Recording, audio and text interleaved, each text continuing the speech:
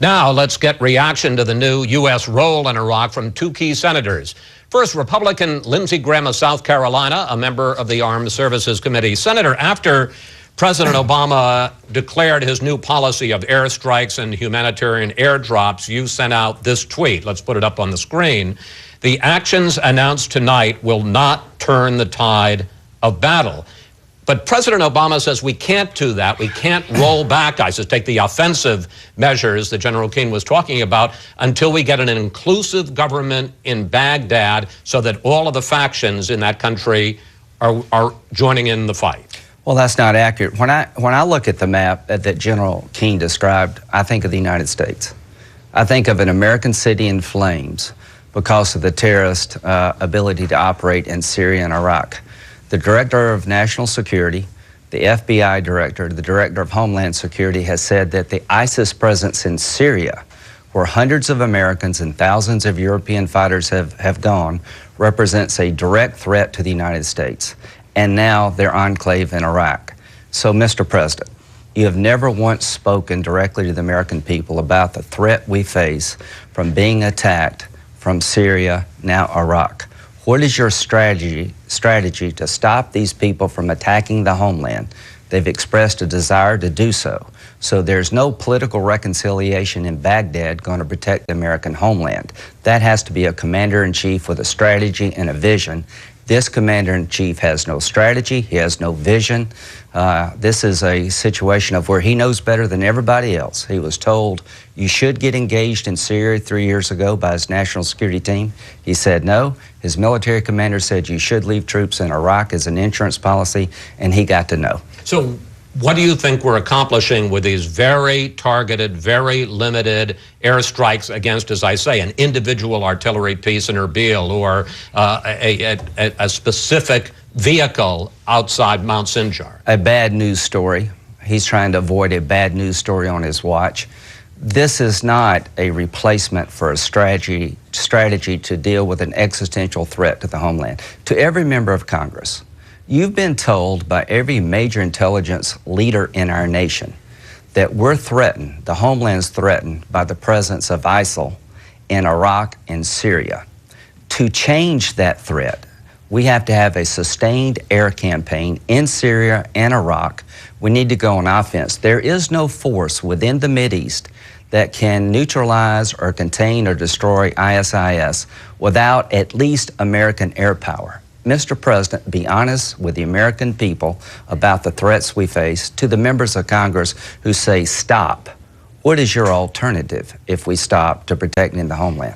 But after getting all U.S. troops out of Iraq back in 2011, the president made it very clear on Thursday when he announced it, and again yesterday before he went to Martha's Vineyard, we are not getting back into another war, another full-out campaign in Iraq. Take a look. As Commander-in-Chief, I will not allow the United States to be dragged into fighting another war in Iraq. And so even as we support Iraqis as they take the fight to these terrorists, there is no American military solution to the larger crisis in Iraq. Senator Graham, are you saying we should go back to war in Iraq? I'm saying that Iraq and Syria combined represent a direct threat to our homeland. The day the president raised his right hand to become president for a second time, his constitutional responsibility as commander-in-chief trumps any political promise.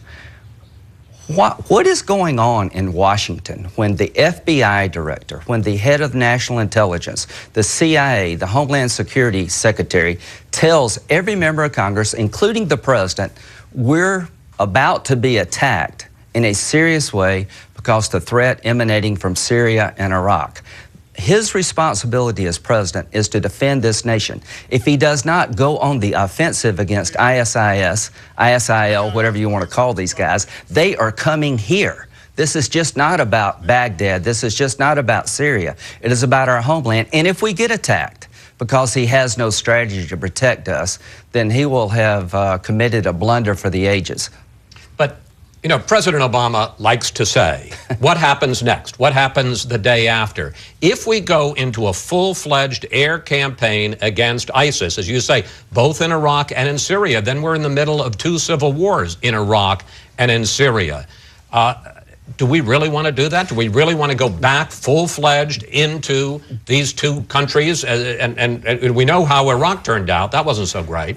Do you really want to let America be attacked? You're having people on the ground slaughtering Christians. They have 4 goals: to make every Muslim bend to their will, to destroy the Christian population in the Mideast, to drive us out, and eventually destroy Israel.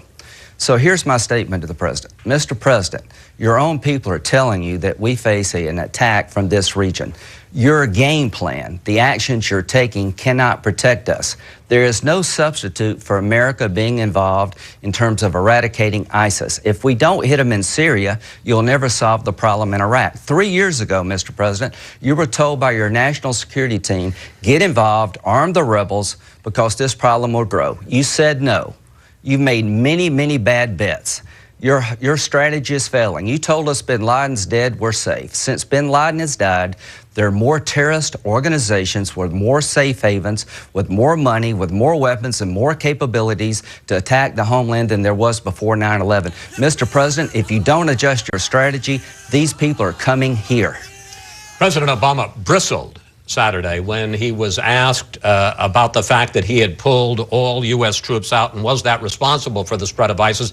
He said, look, it was Iraq that didn't want to make the deal for a carry-on status of forces agreement. Take a look at what the president said. That entire analysis is bogus and is wrong, but gets frequently peddled around here by folks who oftentimes are trying to defend previous policies that they themselves made. Question, is that a bogus argument by people who were wrong about Iraq in the first place? I suspect he would suggest you. The president, yes, and I'm telling the president, you're rewriting history at your own convenience. You got the answer you wanted. You promised to get us out of Iraq, and you were hell-bent to get out of Iraq. And when everybody told you you need to leave a force behind, you made it impossible for the Iraqis to say yes. Mr. President, you authored us getting out of Iraq, and during the debate with Governor Romney suggested I could support 10,000 troops like the president intends to leave behind. And the president said in that debate, I'm not leaving any troops behind. I'm not going to get entangled in Iraq yet again. Mr. President, you're rewriting history. Senator Graham, thank you. Thanks for coming in today.